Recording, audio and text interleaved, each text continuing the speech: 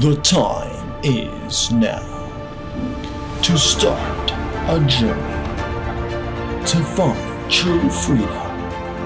Break the chains. Become God's best. This is Freedom Quest with Terry Baxter.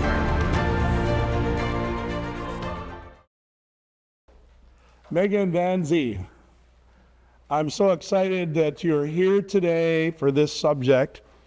I was able to meet you back, last summer, and God used your story to touch my life in a very deep way, and I've got to say I'm not the same because of your story. It really tenderized me to a number of things. And what we're going to be talking about during this session is suicide and spiritual warfare.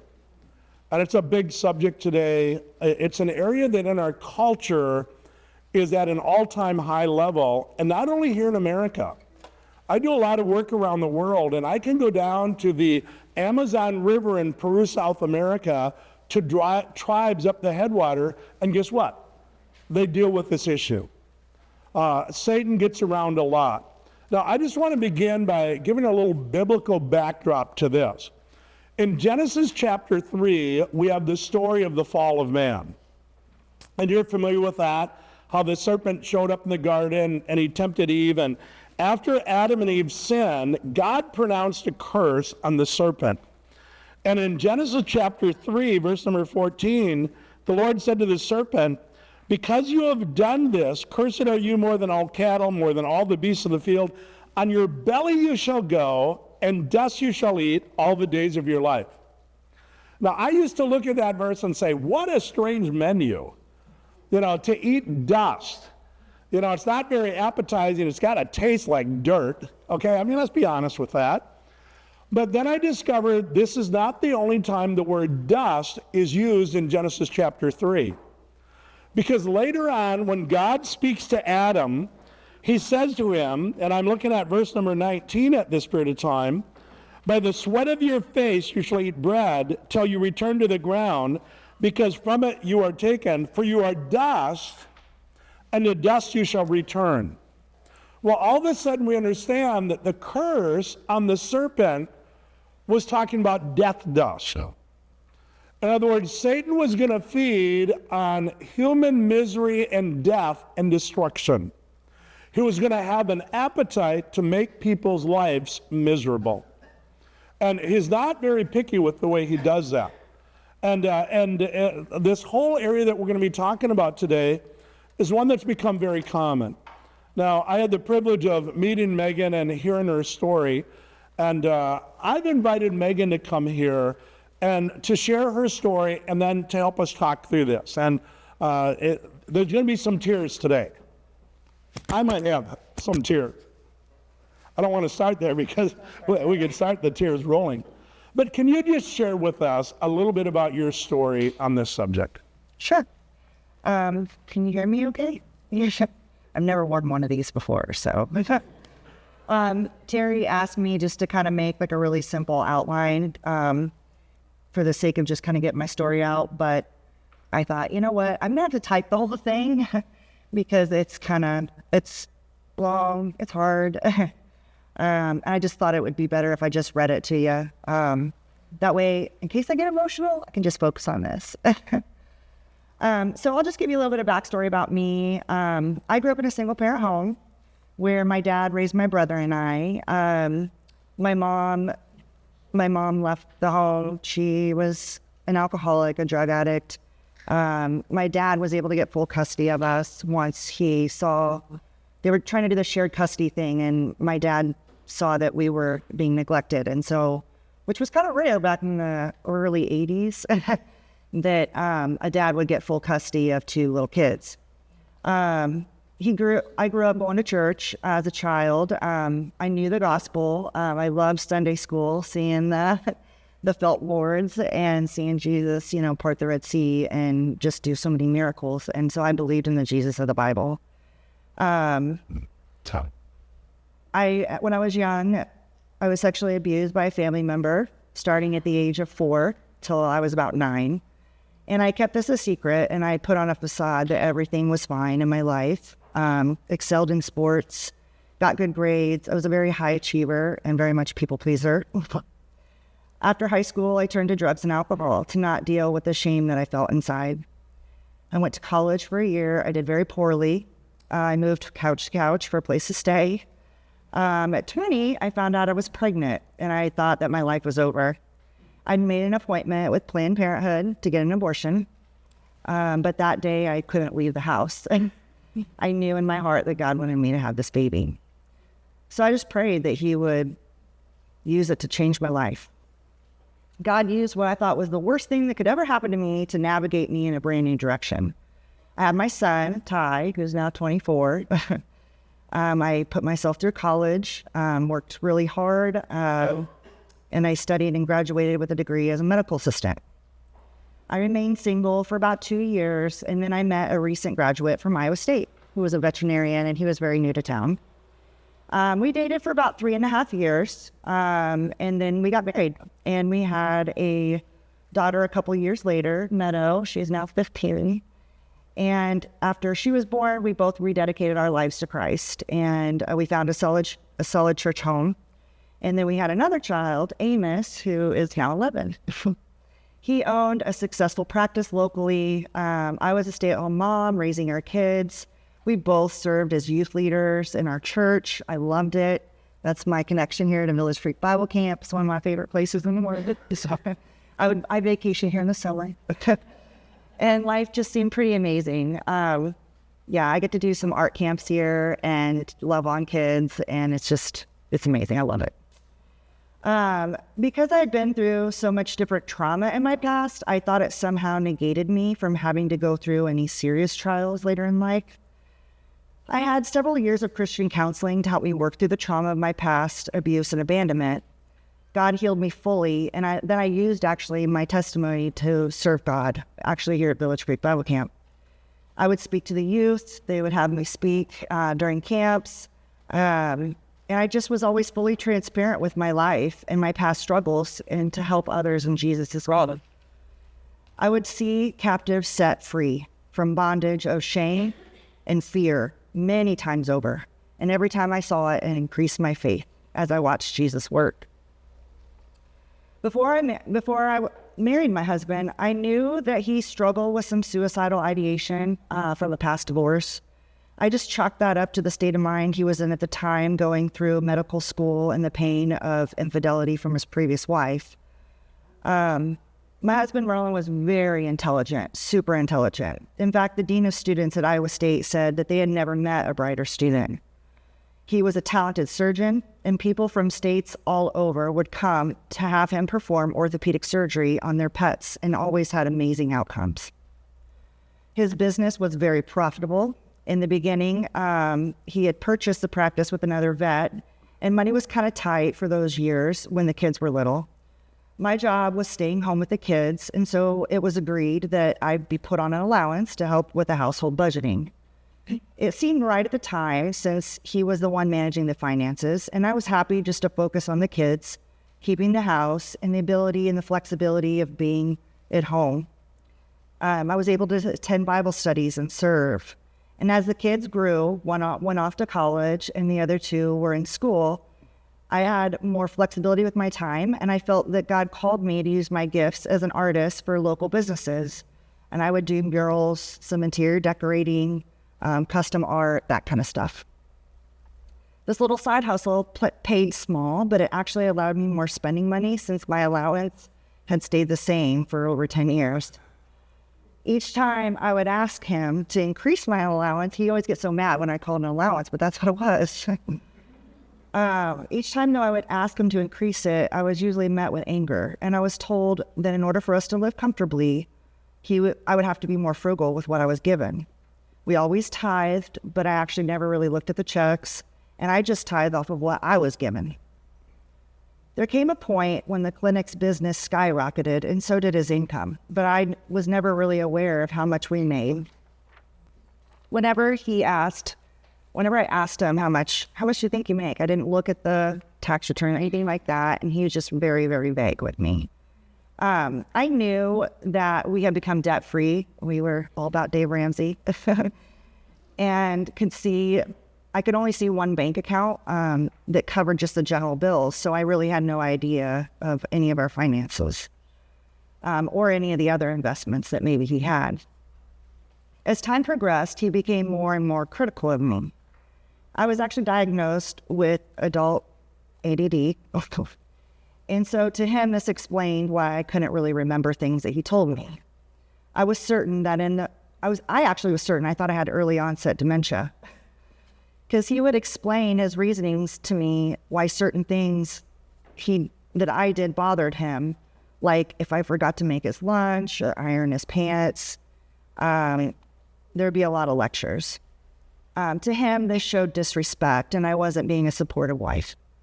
These lectures would sometimes go on for several hours. Other times the lectures would be about things he had said that we had discussed, yet I had no idea really what he was talking about.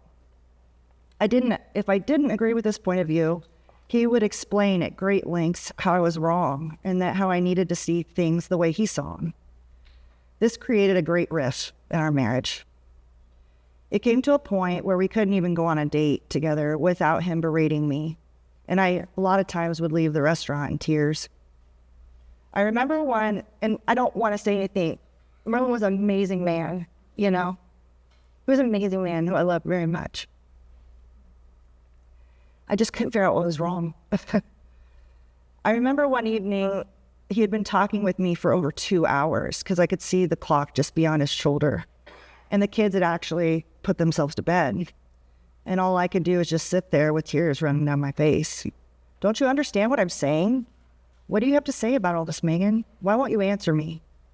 I knew that if I spoke a word, the lecture would then continue on, so I actually learned the art of just shutting down. That night, when he came to bed, he expected that I should want to be intimate with him. And when I didn't, it enraged him. He left the room and called a friend. And in that moment, I was so incredibly fearful that he was going to do something rash, like take his life. And I think that actually was some insight from the Lord. Merlin had a lot of guns, and he kept them in a safe in our garage. And afraid he would use one, I prayed so hard, but the only words I could actually choke out was relent. Lord, just let him relent. And I just kept repeating that over and over again. Sometime later, he had installed cameras in our house, and he explained that it was in case of a break-in. I believed him because I never found him to ever lie to me. He was always honest. But deep down, I actually thought that was kind of strange. One of the cameras actually faced our couch. I remember him calling me while he was at work to see what I was doing. I could hear the camera click on, and I saw the light turn on. And he was able to view it from his phone. I felt trapped, but I was very committed to my husband. You know, for better, for worse, for sickness and in health, till death do us part. I meant it, every bit of it. But I felt trapped, and I loved him with all my heart, and I didn't want to raise my kids alone in a broken family like the one I grew up in. I asked if we could start marriage counseling with a mental health professional, and he reluctantly agreed. He knew we were struggling. We had seen our pastor once before, but Merlin refused to see him again, saying that he didn't want our church family knowing all of our business. When we saw the counselor, he challenged us in how to communicate better. We were to use a mirroring technique, where the person speaks for a little bit, and then the other person mirrors back what they think they thought they heard the other person say. That next day, Merlin wanted to talk, and I was nervous of how it would go, so I asked if I could use a notebook to take notes. I'm actually really good at shorthand. That's why I take a lot of notes during sermons. That was from working in the medical office for so many years. I had a doctor who spoke real fast, and he was quick like that. So I feverishly scribbled a bunch of, like a page of notes as he spoke, and then I asked him if I could read it back to him. I read the page back to him verbatim. His response was, "That's not at all what I said." It was then that a light bulb went off in my mind. I wasn't stupid. I didn't have trouble understanding others. and I wasn't losing my mind. This was not normal or healthy behavior. I was grateful that the good Lord gave me the wisdom to see it that day and the foresight to think to take notes. Even though my husband was struggling, I'd see him every morning in his Bible, sitting in his chair. He'd be journaling and praying before he left for work. I've seen him times on his knees praying, face on the floor. Marlon was a child of God, and I could never give up on him. I knew in my own past and how Jesus saved me and he healed me, and he never gave up on me.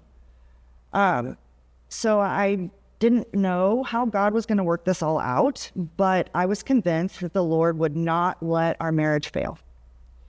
We were both believers, members of our church. We were youth leaders, solid in our faith. And I was doing all the right things. I was checking all the boxes, right? I mean, when you do all that stuff, God's supposed to do what you want him to do. But I believe surely God wouldn't let my life and our lives fall apart like this. Things did begin to fall apart, though. Merlin woke up in the middle of the night, frantic, and he was scratching his body and his head, and his whole body was bright red. He was manic, and he kept itching and really manically and saying something was horribly wrong. I asked if I could take him to the hospital, but he refused, and instead he went out of the room and he just kept pacing the living room all night. He often struggled with insomnia. I remember times he'd be fighting something or someone in his sleep. There were times he'd grab me in the dark and he'd kick me or punch me, and then he later apologized for acting out of some nightmares. He was very tortured. I remember the day came when I got a call from work. The day came when he came home from work and he said we really need to talk. And the look on his face, I knew something was really wrong. We sat down and he proceeded to tell me some sins that God had revealed to him that morning during his prayer time that he needed to confess to me. My heart was racing like it is now. He explained that he struggled with pornography, that he had been having an emotional affair with another colleague, and that there was a lot more to confess. By this time, I was just in shock. I was angry. I felt completely betrayed. To me, that's cheating. I don't care what anyone wants to call it or normalize it. It's not. My reaction was to run, so I left the house. I drove to town. I parked my car at the YMCA, and I just started walking down the street. I phoned my best friend at the time. I had to get it all out of me. There's no way he would be so dishonest with me. I trusted him with all my heart. Because in my past, I had never let another human being know me so intimately. And how could he do this to me? I was in disbelief. I was angry. And besides the fact he was a youth leader, he was prominent in our church home. He'd even do pulpit fill sometimes when asked. We both led communion together. None of this made any sense to me. That evening, I told him he's going to sleep in the basement. I didn't want to see him. That night, I couldn't sleep, so I typed up an email. But I figured I'd let him suffer a little while till the morning, and then I'd hit send. The next day, while he was at work, he read the email, and then he had a panic attack. Later on, he told me he was trying to view some x-rays of a dog's broken leg, but the screen kept jumping around. He walked himself back into a corner and everything went dark. He said he closed his eyes and he had a vision. He was in his truck, but on the outside, kind of looking in. He saw himself dead from a self-inflicted gunshot wound to the head. He was so scared. Merlin had a conceal and carry permit, so he always kept a gun under the seat of his truck. And after having this vision, he told his business partner he had to go. And little known to him, Merlin planned to end his life once he left, but instead, thank the good Lord, he checked himself into the psychiatric ward at our local hospital. He drove straight to the hospital that day and they committed him. I received the news from my pastor that Merlin was inpatient and that he needed to come to our house and take all the guns out. I was scared to death, but even more angry. Did he think that this was somehow going to make me feel sorry for him? or make all the years of the infidelity go away. It took a lot for me to give him my heart, and this is the worst thing that he could have ever done to me. That night, I drank an entire bottle of wine to myself, so angry as I poured each glass. And I remember pouring a glass to the very tippy top. Most times when you go to the restaurant, they give you this much space. I poured mine to the very top. And I remember hearing the Lord say to me, "You're letting him deceive you." I knew exactly what God meant. I was letting the enemy deceive me with my anger and with the alcohol. The next morning, I sat in bed alone. The kids had stayed at a friend's house, and it was just me sitting on the bed we once shared. We have pets. He was a veterinarian. So I had I remember I was sitting in bed upright, and we had 2 cats. We were both asleep, and my dog was snoring on the floor. And they're very peaceful. But in the silence, I began to hear what I can only describe is what sounded like static voices, kind of like a radio that wasn't tuned in. But I could definitely tell there were 2 voices, and they were chittering back and forth. I couldn't figure out where it was coming from. I thought, did somebody leave a radio on? Like, what is that? And when I turned and looked at where he would sleep, I knew that the noise was coming from where he slept. Then I heard the Lord say to me, "They're conspiring against him." I freaked out and had a panic attack of my own. I called our pastor, and he told me to call my doctor, and they would prescribe some anti-anxiety medication for the panic attack I was having, and that his wife would come over and bring him to me. I'll never forget that noise. The next day, I visited him in the psychiatric ward, and I saw how defeated he looked. He had his Bible there. He was even sharing with others about the gospel in the midst of his pain. Yeah. They later let him come home. They saw that he wasn't a threat to himself. They did give him more medication. That day we talked. I just think about, too, how God protected my kids in that. They were at a friend's house, the Jolins. They're some of our best friends. We've been raising babies together, and they've been like family. And my kids were there and shielded through all of it. That day when he came home, we talked, and he wanted to confess even more. But I had spent some time in prayer with the Lord that day, and I knew I was to forgive him. I actually, TMI, but I was sitting in the toilet with diarrhea and had my hands like this. It was a full surrender, crying and just being like, "God, what do I even do now?" Thinking that we're going to have divorce. And I heard in my right ear, he said, "You forgive him, Meg, just like I forgave you. You love him, just like I love you." Okay, I'll do it. So I told Merwin to confess it to God and then just leave those heavy bags at the cross. Leave them at the cross. And then in that moment, you look up at Jesus' face and you know you've been forgiven. Hebrews 4:16 tells us that we can boldly go to the throne of our gracious God. There we'll receive mercy and grace in our time of need. We went through this healing for several months. But the cool thing was I would wake up in the morning with hymns being sung over me. It was the strangest thing, and there were some I had never heard in years. I had visions in my dreams. One of it was actually at the Garden of Eden. I thought that was so cool that, I forget your name. Genesis 3. No, that just spoke. Ariella. When she spoke about that, I'm like, oh my goodness, I had a similar dream. The dream started of it was this dry and parched land, real dusty, and all these cracks and all this water just started flooding in. And then it was this beautiful garden. And I'm a plant bird, and I have a lot of plants at home. But I just remember it was so lush and beautiful, and there was this warm presence all surrounded all around me. And I felt like I was walking barefoot in the Garden of Eden with Jesus. It was wild. There was a lot of healing that took place in that, and I knew that the Lord was with me. For a couple of years, things seemed pretty good. But after COVID, the clinic just became busier and busier, and I noticed another downhill slide. just like before with the lectures and being made to feel very small. I think that Merlin knew I wasn't happy, and maybe if he loosened the reins a little bit, buy us a new house, that actually would solidify the control that he wished to have over me. We moved out shortly. We moved, but actually shortly after his depression, anxiety, and the manic behavior kicked up. I became his caretaker. I had to watch him on Life 360 to see where he was. His business partner at the clinic had to change the locks on the controlled drug box for fear he would take them. He was seeing a Christian counselor and actually 2 other mental health professionals, so 3 counselors at once.